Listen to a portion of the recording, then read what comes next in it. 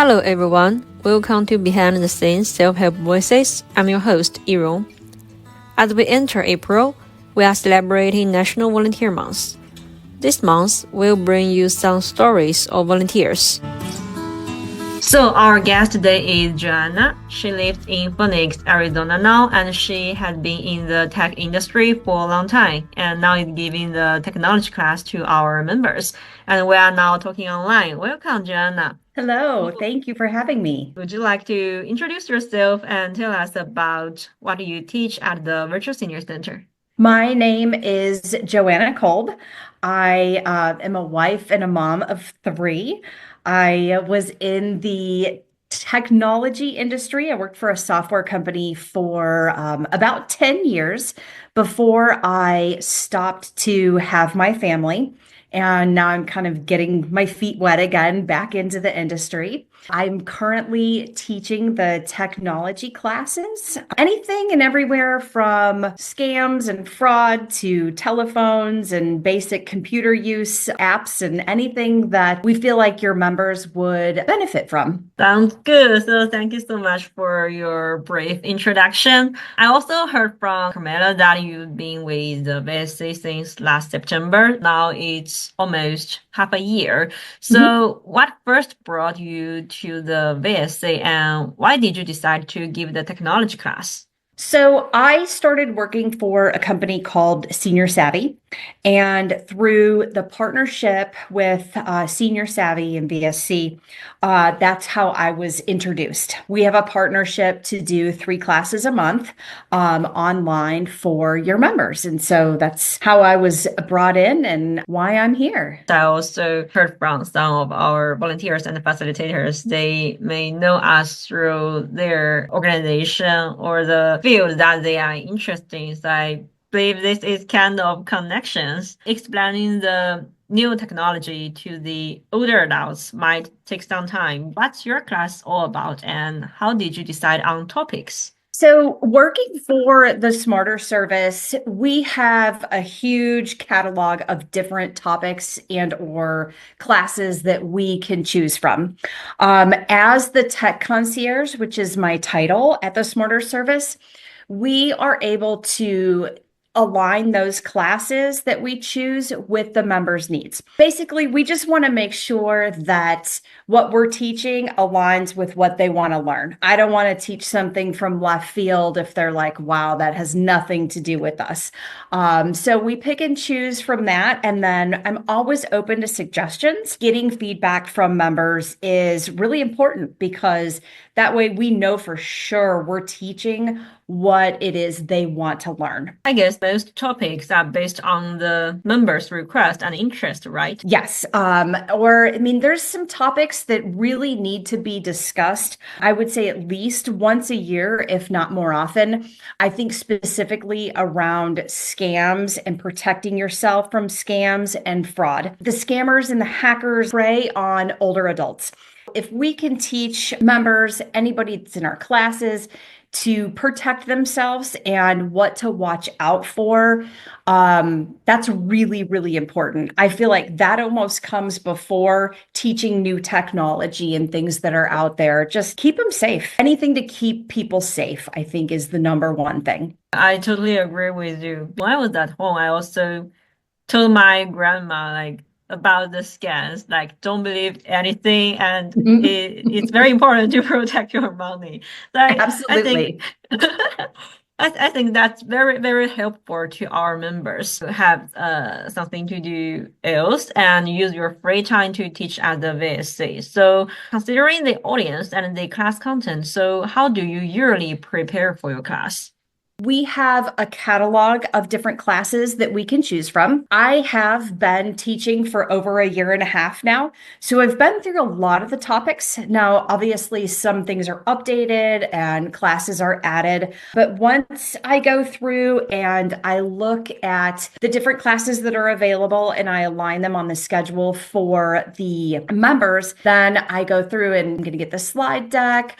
I'm going to go through it and make sure I don't stumble over words. I'm not unfamiliar with things. My biggest fear as a teacher is having that like moment where I freeze or I can't answer questions. And I do get questions that I can't answer. But I think one of the important things is to show people that I can look things up and how to look things up. Questions are always going to arise that I don't know, but I definitely go through the slide deck. I try to anticipate a lot of the questions that might come up. Now, obviously, I can't anticipate everything. The members are typically given the class topics sometimes the week before, or even a couple weeks before. They'll reach out to me and say, hey, we're going to be talking about hearing aids. Are you familiar with this technology? Hearing aids, I'm a little under the age of needing hearing aids myself. So that was a topic that I was not 100% familiar with. It is a topic near and dear to my heart. But a couple of my members have said, hey, are you familiar with the T-coil technology? Or are you familiar with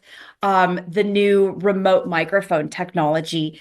And that makes me want to go out and research it so that I can address it during the class. And I feel like when I'm able to even customize it more so down to the direct members' questions and needs, that it draws them in, it builds rapport, and that's what I feel like this is all about. If I can teach them something, if they can grow and learn to trust me, then I can help them do a whole lot more. Understandable. So it seems like this preparation process is also will take you some time because you need to learn something new and you want to anticipate their question, but sometimes they might throw some, what is this question? So it's very all of the surprise, I guess. So Sometimes, yes. you mentioned the members sometimes might throw you some questions that you can't anticipate. So do you have any standout memories or moment from this process? For instance, there is a technology out there that one member is using and can speak from experience. I always love those. I feel like when you get member to member communication and it's not just constantly the facilitator going, blah, blah, blah, like all this information coming at them and they're just like zoning out. Then it's much more interactive and everybody feeds off of each other and we're laughing, we're talking and building rapport and just, having a great time while learning something. And I feel like that's one of the biggest takeaways. I remember college classes, when you're super bored and it's just, onslaught of information coming at you every which way and you're not interested and you're not engaged, then it's going to go in one ear and out the other and you're going to pretend to pay attention while you're there. And in the classes, if we can interact and actually enjoy each other's company while teaching and learning at the same time, it's so much more enjoyable. And while the classes at VSC are only 55 minutes long, I tell you, I feel like I log on, I say hi, and 2 seconds later, I'm like, whoa, we're out of time. Like, I can't even believe it's gone this fast. Because we are having fun and I am getting to know the members, and it's a lot of fun getting to know them and the interactions that I witness and I'm a part of. It's a happy time. It's totally a happy time. So the time flies so fast. It does. It does. It goes so fast. Do they give you some feedback? Yes, they always say thank you at the end.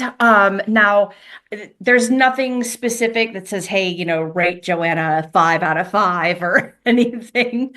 But I do feel like they're very appreciative of the information that we are giving them and the classes that we're teaching. They've said I'm engaging and I'm chatty and I like to build that rapport and trust there. So I think that's it.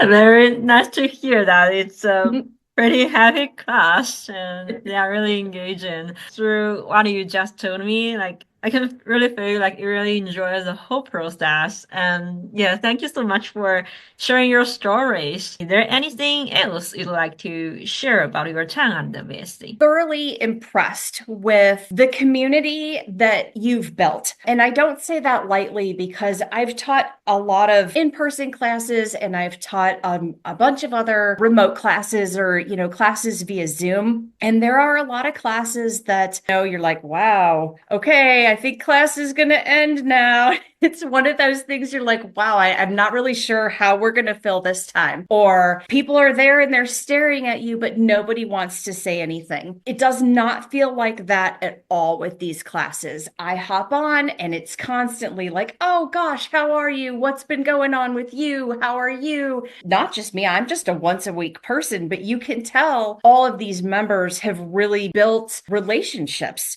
that I did not know were possible via Zoom. It's incredible to see, and it's been incredible to be a part of, to witness it, and to even feel like I'm roped into it now. And I kind of want to go in and just be on some of their chat sessions and be like, "Hi, do you remember me? I'm a teacher, but I want to talk to you too." It's a really great community. I'm so impressed with how it was built and just the level of engagement that all of the members have. It's amazing. I'm so happy that you enjoy this process and both you and the members enjoy the whole process and you enjoy the class content and talking. Really like to hear that. Thank you so much, Johanna, for joining me and recording this episode together. So hopefully our audience can also enjoy the episode today. Absolutely, absolutely. Well, it's been a pleasure and I appreciate it very much. Thank you so much. We'll see you next time. Thank you for listening. If you're interested in any topics, you can leave a comment or find us on Instagram, Facebook, LinkedIn, TikTok, and Twitter. Don't forget to subscribe to our channel. Hope you all have a great day, and we'll see you next time.